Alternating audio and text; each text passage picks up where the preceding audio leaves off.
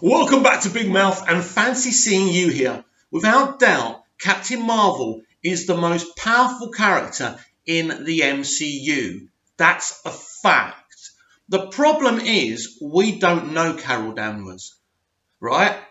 Now, you lot will be seeing it when it's released. I've seen a version of Captain Marvel, and I can tell you, you're talking about a character who hasn't earned the right to have anything. She's just got it.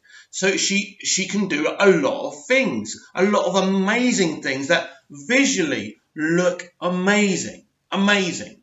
But she may be the most powerful character in the MCU, but emotionally, mentally, she isn't. I said something on Twitter this morning. Brie Larson's version of Captain Marvel is an Essex girl. So what is an Essex girl? Well, an Essex girl is a woman who comes across with not much intelligence, speaks like this, and this is kind of the impression I've got of Brie Larson's Captain Marvel, Carol Danvers, right? It's like the directors were going, give it more, the only way is Essex, Brie. And that's how I felt in her performance. But it goes deeper than that, because you're seeing this person with all these abilities, and they've decided that this person is going to solve the Thanos problem, or pretty much solve the Thanos problem, because we know that Iron Man has got a big part to play. Of course he has. He's Robert Downey Jr. He owns a lot of money. Of course he's got to have some pivotal way. There would have been discussions when Robert Downey Jr. knew that Captain Marvel was coming in, when Danvers was coming in, that he didn't want to be overshadowed. He would have made sure of that.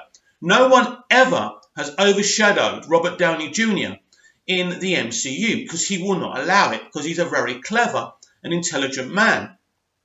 I think we're coming to the stage now where sooner or later he's going to have to wave goodbye to the MCU because of his age. And I mean, even in Infinity War, he's starting to look old. And, he knows it, and we know it.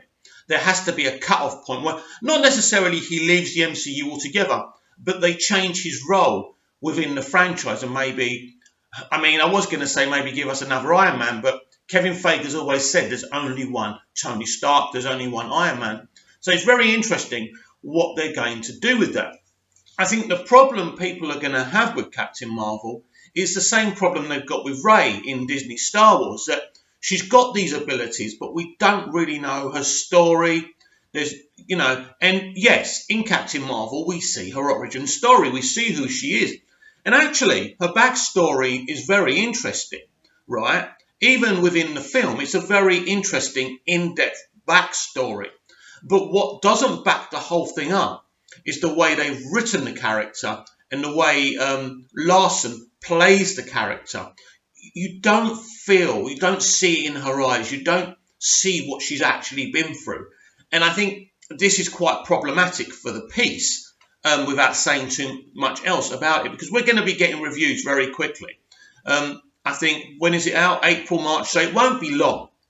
It won't be long until at least we get the kind of reaction from bloggers, pundits and critics. I expect them to give the film, oh, it's brilliant, a full bill of health, because we understand the agenda. If it's made by Disney, you've got to say it's great. The only film in recent history that I've heard the critics actually be honest about is A Wrinkle in Time. And I think because that film is so bad, so horrible, so lame, that they couldn't get away with it. And with Marvel movies, as generic as they are, you can still get away with saying, best superhero movie ever. I don't think the best superhero movie ever has come from the MCU. That's just my personal opinion. I'm biased, of course. I'm a DC fan. So, because I've seen the film, I think, yes, this film has a lot of great elements to it. And I think with the box office, look, it's a Marvel movie. It's not going to be a disaster. I think the conversation we've got to have is, will it reach $1 billion or not? It's going to be very interesting as well, because Shazam comes afterwards. How will Shazam do better than Captain Marvel? There's a lot of conversations here to be had. Conversations we don't know the results of until the movies are out and we see the type of box office we've got. But I will say something, that Captain Marvel is a character that really doesn't earn anything. She's just got it. And I think the problem here which is what they're trying to do. They're saying, female lead, female superhero, she's the best, she's better than the men, she's going to click her fingers and solve everything. This is where the problem lies. Even after this film, you don't really feel an empathy with her. You don't seem like you know her. So the next step is seeing her in kind of Avengers Endgame and her pretty much solving the problem. But the problem with that is if you don't particularly know or like the character, that's the problem, because you're standing next to her, you're going to have Captain America, Iron Man, Bruce Banner, all these characters we've slowly got to know, and they're just going to be standing there in awe of her. And that, my friends, is very, very problematic.